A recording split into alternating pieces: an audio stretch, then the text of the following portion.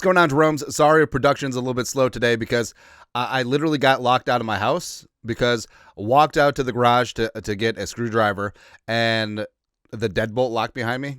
Now, Sylvie was in the landing, but near the garage door, and I'm pretty sure she locked me out. Either way, it worked out, right? And it's so frustrating because you hide spare keys in various places on your property, in your property, and then none of the keys work. So what's the point? Anyways, but we're here now. A really big question that a lot of Vikings fans have is like, what the hell is going to happen in 2026, right? So the Vikings spending sprees these last two off seasons, also extending, taking care of their guys, and for lack of a better term, there are some balloon payments that are coming due in 2026 in terms of the cap. You look at Justin freaking Jefferson, 38.9.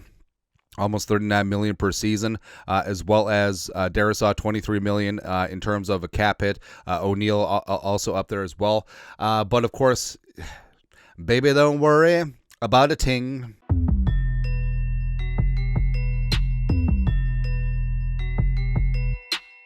Because every little thing's going to be all right. So a big thing with the Vikings is that they don't have any dead cap in 2026 as of right now. But the Vikings, obviously, Brzezinski, Kwesi, they looked ahead at this, right? So they're making things work right now in 2025. And also, if you factor in signing the draft picks as well as Bradbury, $5.25 million on June 1st, post-June 1st designation, the Vikings will have around 17, 18, 19 million in cap space. Now, you need a couple million in season, but the Vikings could and should be able to roll over at least 10 million plus into 2026, so that's a factor. Also, this is our friends over at Over the Cap.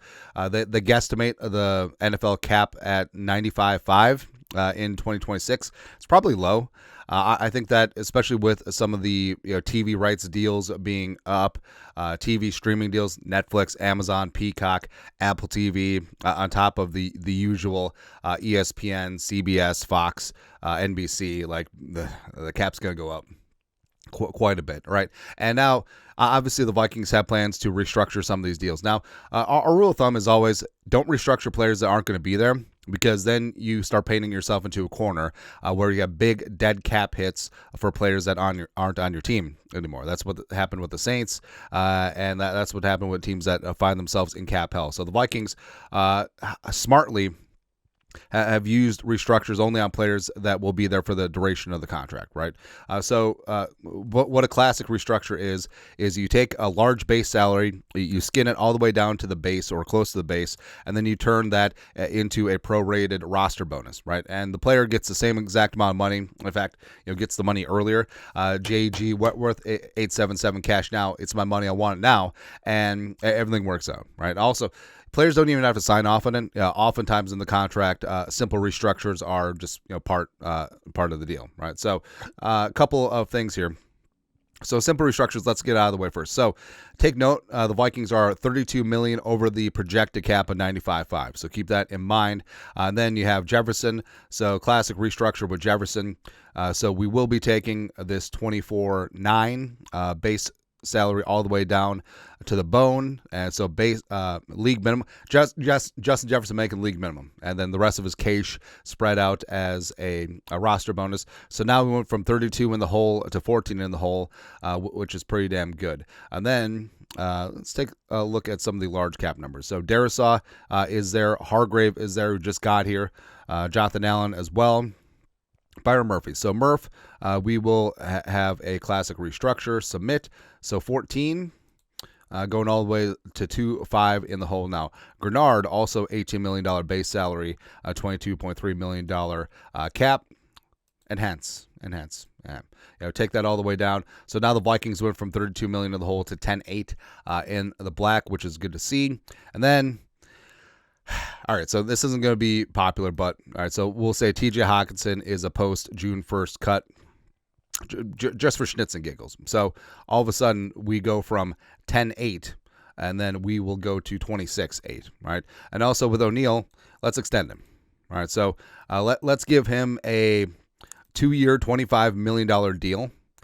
So we will have $15 million. Again, this is just crude back envelope math. All right, so 2-year, $25 million a year deal, so 2-year, $50 million total. So $30 million in base salary. We'll have $20 million as a sign-in bonus. Also, we will take his base salary this year all the way down in basically a restructure. So that we'll take this down to 1.9.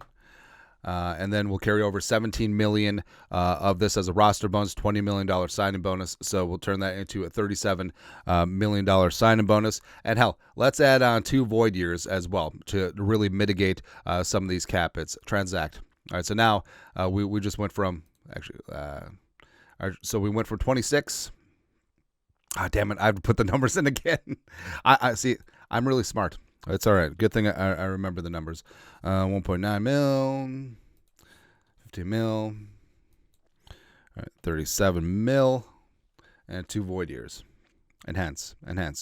Transact. All right, so now we're at 36.4 per year, and we haven't even touched restructuring AVG, who does have void years on his contract.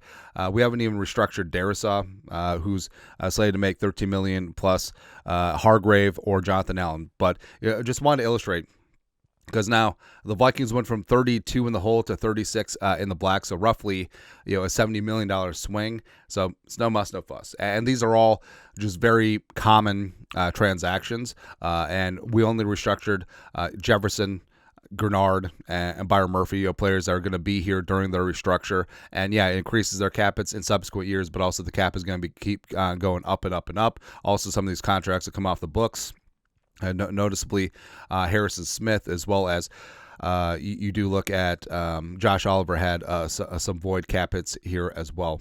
So overall, like, there's lots of ways that Brzezinski and Kwesi can work their magic.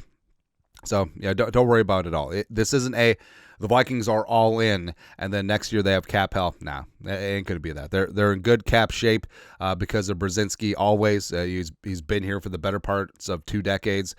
So yeah, baby, don't worry about a ting, because every little ting's gonna be all right. Anyways, your thoughts are thoughts. Take a look at the Vikings 2026 salary cap situation. Let us know. Comment section. You guys are the best. You know what to do. Skull production value.